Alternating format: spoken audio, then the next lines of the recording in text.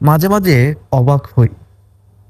প্রত্যেকটা সময় প্রতি বছরই আমরা যে জিনিসগুলো দেখতে পাই তা যেন কেমন করে যেন পুনরাবৃত্তি হয়ে যায়। আমরা প্রত্যেকবারই কোনো না কোনো পদক্ষেপ গ্রহণ করি। কিন্তু তার ফলাফলটা আমরা মনে করি হয়তোবা আগামী বছরের ফলটা ভোগ করব। কিন্তু না, দেখা যায় সেই আগেরই মতো একই জায়গায় রয়েছে। হ্যাঁ বন্ধুরা, কথা বলছি এই যে সামনে রমজান।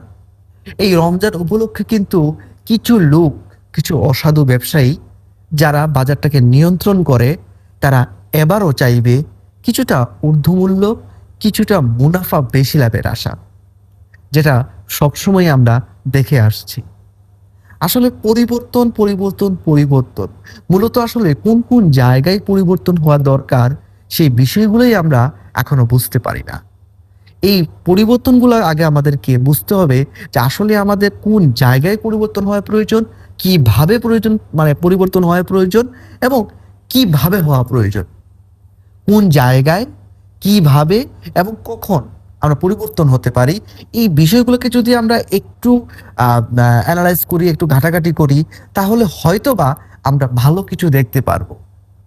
কারণ আমাদের দেশে কিন্তু মধ্যবিত্ত পরিবারের সংখ্যা সবচাইতে বেশি, যারা না পারে চাইতে, না পারে হাত পাতাতে। এই তাদের জন্য আসলে এই সমাজে বসবাস করাটা খুবই কষ্টদায়ক। হয়তোবা আমার কথার সাথে অনেকেই একমত হবেন যে বর্তমান প্রেক্ষাপটে গত বছর বা আগের বছরের তুলনায় বর্তমান প্রেক্ষাপটে কিন্তু মধ্যবিত্ত ফ্যামিলি যারা আছেন তারা কিন্তু অনেক কষ্টে আছেন, অনেক কষ্টে। এটা অস্বীকার করার কোনো অবকাশ নেই।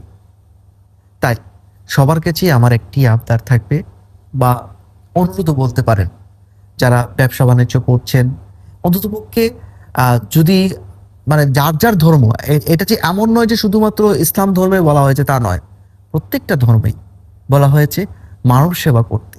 অন্ততপক্ষে একটা মাস আমরা মানব সেবায় নিজেদেরকে বিলিয়ে দিই না, একটা মাস আমরা মানুষ হয়ে মানুষের পাশে দাঁড়াই না। আমরা দেখি না একটা মাস লস তো আমরা প্রতি বছরই করি।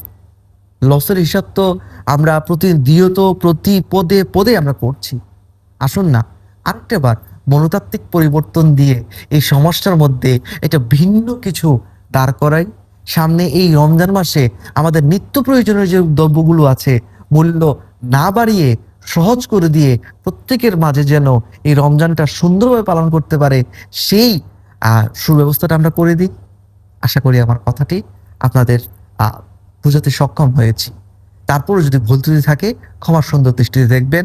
আর হ্যাঁ, সবসময় যে কথাটি বলি আমি শেষের আগে, সেটা হচ্ছে অবশ্যই একে অন্যের জন্য দোয়া করবেন।